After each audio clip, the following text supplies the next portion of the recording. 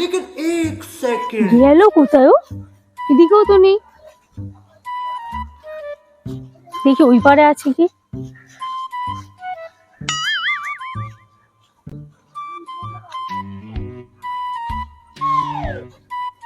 কি রে ভাই, তখন তুই কি ভাবছিস? তুই কি আজব ব্যাপার দেখো বাবা, কি হয়েছে? মা টাকা হারিয়ে গেছে, টাকাটাকে না খুঁজে আমাকে খুঁজছে।